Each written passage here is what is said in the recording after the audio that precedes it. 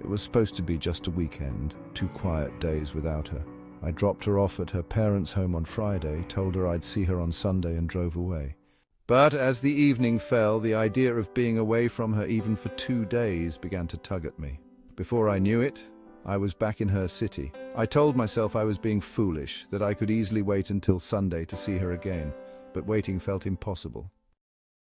Late that night, I found myself slipping quietly into her backyard with only the stars to witness the impulse that had brought me there. The cool night air brushed past me, carrying the faint scent of garden flowers, as if everything in that moment was urging me forward. I called her on the phone from the garden, my voice low, gently coaxing her to come outside. I told her I wanted her to see the moon, that it was glowing brighter than ever. She came out, her eyes searching the night sky, completely unaware that I was just a few steps away. As I stepped into the light and quietly walked up behind her, she gasped, her eyes widening in shock before melting into a delighted laugh that wrapped itself around my heart.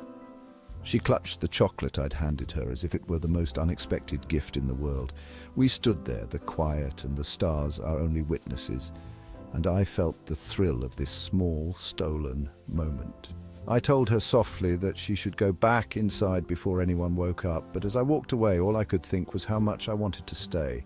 I knew it was foolish, this ache to be near her, but how could I reason with a heart that finds meaning only in her presence? It wasn't just love. It was the feeling that every moment away felt hollow, like missing a part of myself.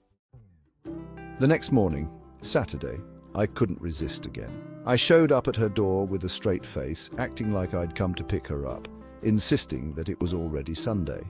She looked at me, half amused, half baffled, as if I'd lost my mind, and as her parents joined in the laughter, I feigned sudden realization. Chuckling, I covered my tracks, explaining that I'd just stopped by because I had a business meeting in the area to look at properties and only had a little time to spare. The excuse was flimsy, but she smiled, a glimmer in her eyes that said she saw through me, yet was more than willing to play along. After a few minutes, I faked a call, murmured something about meeting times, and said I needed to leave. She gave a soft, knowing laugh, the kind that said, "I know what you're up to, but also I'm happy you're here."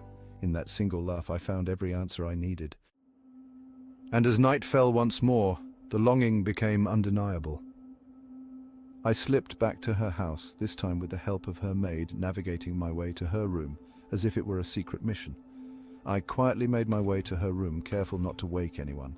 She looked at me in half disbelief as I held up a bag of chips, telling her I had come to balance the sweetness of the chocolate with something savory. She laughed softly, that sound I would chase across cities just to hear. In that moment, we were just two souls, perfectly in sync, stealing away what time we could, savoring every stolen second before I reminded her again about her sleeping family and slipped away once more. Sunday morning finally came, and this time I didn't have to pretend.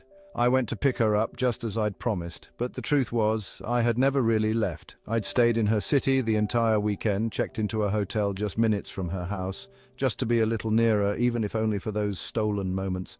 It might sound simple, even silly to some, but as we drove back, I confessed that I'd been close by all along, unable to bring myself to leave. I told her I'd stayed, finding excuses to visit because I couldn't bear to be too far.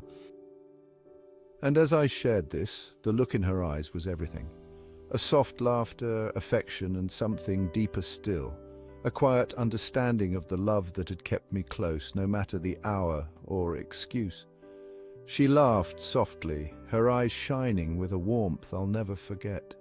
She took my hand, and in that gentle touch, I felt everything. It wasn't just love that had brought me back to her.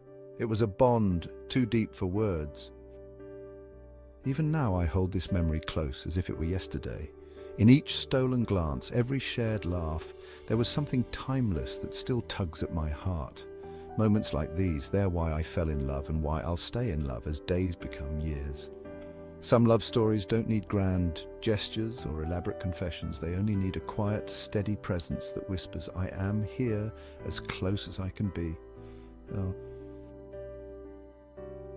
Thank you for watching aikdastaan, where every tale is a testament to the human spirit and every voice resonates with the truth as they perceive it.